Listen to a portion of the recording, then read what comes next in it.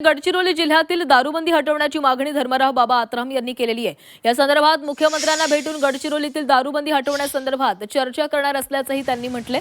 गडचिरोली जिल्ह्यात 1992 पासून दारूबंदी आहे, मात्र या दारूबंदीचे विविध दुष्परिणाम दिसून येत असून बनावट दारूमुळे अनेकांचा जीव जातोय, आरोग्यावर परिणाम होतोय। मात्र या घटना समोर येत नसल्याचं सांगत पुण्यासारखी घटना गडचिरोली जिल्ह्यात घडू नये यासाठी जिल्ह्यातील दारूबंदी हटवली पाहिजे असं धर्मराव बाबा आत्राम यांनी म्हटलेलं आहे।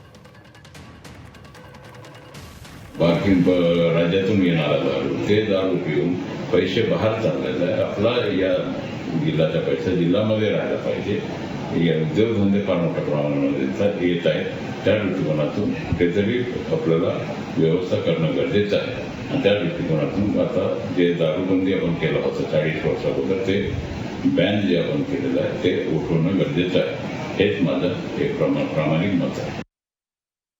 मी तर चंद्रपूरची दारूबंदी उठवली बाबा। जगात दारूबंदी सुरू आहे, आपला दारू सुरू आहे, देशात सुरू आहे। ज्या ज्या राज्यांनी दारू बंद केली त्या राज्यांनी पुन्हा दारू सुरू केलेली आहे।